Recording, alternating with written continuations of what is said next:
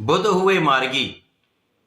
नवग्रहों में युवराज बुध 7 अप्रैल को वक्री अवस्था त्याग कर मार्गी अवस्था में आ जाएंगे, अर्थात इनका गमन एक राशि आगे की ओर हो जाएगा।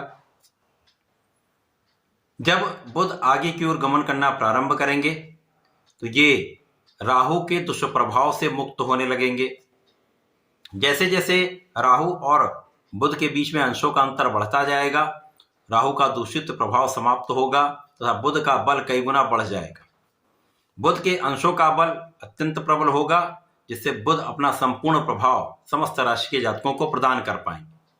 क्योंकि यहाँ पर ये अपनी नीच राशि में गोचर कर रहे हैं, जहाँ पर ये 7 अप्रैल से 7 मई तक गोचर करेंगे। उसके पश्चात ये मेष राशि में गोचर करना प्रारंभ करें।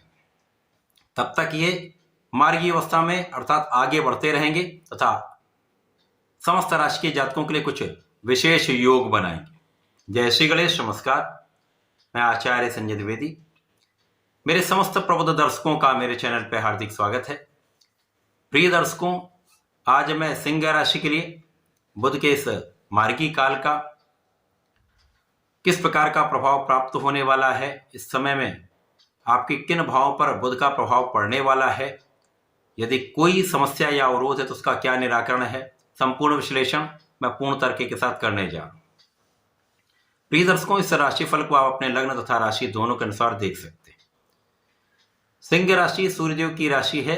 यहाँ पर सूर्यदेव के साथ इनका गोचर चल रहा है, परंतु सूर्यदेव 13 अप्रैल को अपनी राशि का परिवर्तन कर लेंगे। तो जब बुध बलवान होने लगेंगे तब तक सूर्य का राशि परिवर्तन अपनी उच्च राशि में हो जाएगा। वर्तमान समय में अष्टम भाव में बुध का ये गोचर चल रहा है। अब अष्टम भाव जो कि तृक भाव है, निर्बलता का भाव है, ये क्षय का भाव है, डेप्रिसिएशन का भाव है, जिसके कारण जो भी ग्रह अष्टम भाव में जाएगा उसका बल, उसका सामर्थ्य, उसकी क्षमता उसके कारक भाव में 100% निर्बलता आ जाए। अब यहाँ पर जो स्थिति बन रही है उसके अनुसार बुध नीच राशि में भी है, परंतु यहाँ पर इनका नीच भंग है, तो कोई बड़ी समस्या नहीं है। परंतु बुध बड़े सेंसिटिव प्लेनेट हैं। शुक्र भी यहाँ पर गोचर कर रहे हैं, शुक्र उच्च राशि में है, जिसके कारण सूर्य बलवान होने चाहिए, परंतु वर्तमान समय बुध और शुक्र दोनों के दोनों राहु के प्रभाव में आकर दूषित हैं, जड़ दोष बना हुआ है तथा बुध 2 डिग्री पर है, राहु भी 2 डिग्री पर है, जिसके कारण दोनों बिल्कुल निकट में है। जब ये अत्यधिक निकट होते तो जड़ दोष बन जाता है, जिसके कारण जो भी इनके कारकत्व के भाव हैं वो निर्बल हो जाएंगे, जड़ हो जाएंगे।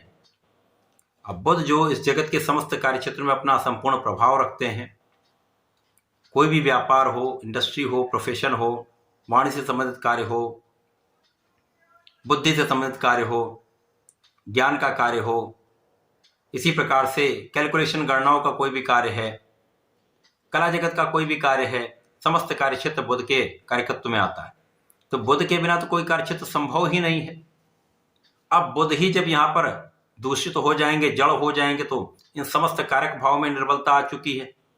इसी प्रकार से सिंह राशि के लिए जिन जिन भाव के स्वामी बुध हैं उनमें निर्बलता आएगी, अर्थात यहाँ पर लाभ और धन के स्वामी होकर अष्टम भाव में, वैसे ही ये निर्बल भाव है, यहाँ पर डिप्रिशिएट हो रहा है, ऊपर से यहाँ पर दूषित प्रभाव भी है। तो सिंह राशि के जातकों के तो बहुत कठिन समय है, जब आपका लाभ भी क्षीण हो रहा है, धन की निर्बलता भी है, धन हानि का योग भी बना हुआ है, धन की अनियमितता आपके लिए कष्ट का कारण बनी हुई। अब लाभ तो हो नहीं रहा है, जो धन आपके पास है वो भी व्यय हो रहा है, तो समस्या तो निश्चित रूप से आएगी। परंतु 7 अप्रैल से जब बुध आगे बढ़ेंगे, बुध आगे बढ़ रहे, राहु पीछे बढ़ रहे, तो इनके बीच में अंशों का अंतर बढ़ता जाएगा। जैसे जैसे ये गोचर आगे बढ़ेगा, 7 अप्रैल से आप आगे देखेंगे तो 14 अप्रैल को शुक्र भी मार्गी होकर आगे बढ़ने लगेंगे, बुध के साथ में इनका योग बनेगा, तो महालक्ष्मी योग बन जाएगा।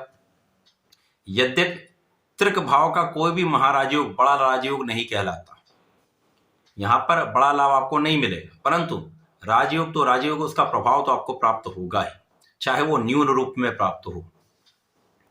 तो जैसे जैसे ये गोचर आगे बढ़ेगा, शुक्र और बुध राहु के प्रभाव से मुक्त होंगे। 7 मई को बुध अपनी राशि का परिवर्तन करेंगे, उसके पहले ये एक अच्छी स्थिति में होंगे, परंतु बुध और शुक्र दोनों सेंसिटिव प्लेनेट हैं, तो यहाँ पर वाणी कुछ दूषित रहती है, वाणी की जल्दीबाजी के गुण से कुछ समस्याएं आ सकती हैं। विशेष रूप से परिवार के बीच में आपको बहुत ध्यान रखना होगा। वाणी से जो विवाद उत्पन्न होता है उसके कारण कुछ समस्याएं हो सकती हैं। तो पारिवारिक संपत्ति के लाभ में कुछ समस्या आ सकती है, परिवार के बीच में समन्वय में समस्या आ सकती है। परंतु इस बीच में जब शुक्र और बुध दोनों बलवान होंगे उस समय आपको अचानक धन प्राप्ति भी होगी। धन प्राप्ति होगी परंतु धन के संचय में समस्या हो, यहां पर आपको बहुत विचार करके कार्य करना चाहिए। धन के बड़े इन्वेस्टमेंट से बचना चाहिए। जल्दी से धन कमाने का जो स्रोत है उनसे बचना चाहिए। लॉटरी सट्टे से आपको विशेष रूप से बचना चाहिए। इस समय में आपको अपना प्रयास बढ़ा देना चाहिए। बुध लाभ और धन के स्वामी, तो इन दोनों भाव में धीमे धीमे निरंतरता आएगी, परंतु उतनी मात्रा में जितनी मात्रा में आपको धन आना चाहिए, जितनी आपकी योग्यता है, जितनी आपकी क्षमता है, जितना आपका प्रभाव है, उतना धन लाभ नहीं होगा। इसी प्रकार से इस समय आपके किए हुए प्रयास उतना लाभ नहीं दे पाएंगे, तो आपकी मन की इच्छा जो है अधूरी रह सकती। इस समय में आपको एलर्जी से बचना चाहिए, मौसम के रोगों से बचना चाहिए तथा आंखों से संबंधित विकारों से बचना चाहिए। इस समय आपको अपने फिटनेस पे ध्यान देना चाहिए, योगा प्राणायाम करना चाहिए तथा धैर्य के साथ चलना चाहिए। अब यहां पर बुध का जो मार्गी काल है, जब बुध भाग्य की ओर गमन करेंगे तो जैसे जैसे इनका मूवमेंट आगे बढ़ेगा तो भाग्य का कुछ साथ आपको प्राप्त होने लगेगा, परंतु यहां पर भी कहीं ना कहीं कुछ अवरोध या समस्याएं तो बनी ही रहेंगी।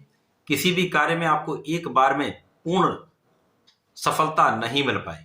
पहले की तुलना में आपकी स्थिति अच्छी रहने वाली है। पहले की तुलना में आपको धन का लाभ भी अधिक होने वाला है। पहले की तुलना में आप अधिक संयमित रहने वाले हैं।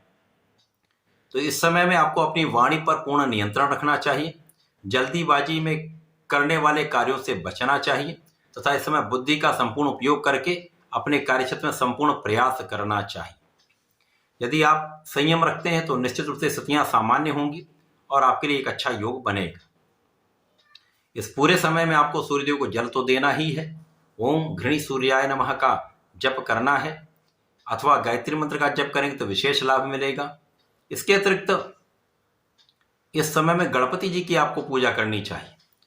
संकटनाशन गणेशोत्तम का पाठ नित्य करें तथा ओम गंगणपतये नमः का एक माला का जप नित्य प्रातःकाल और संध्या के समय कर लें, विशेष लाभ मिलेंगे, समस्याएं दूर अवश्य हो। तो ऐसा करके इसका लाभ लें। धन्यवाद, नमस्कार।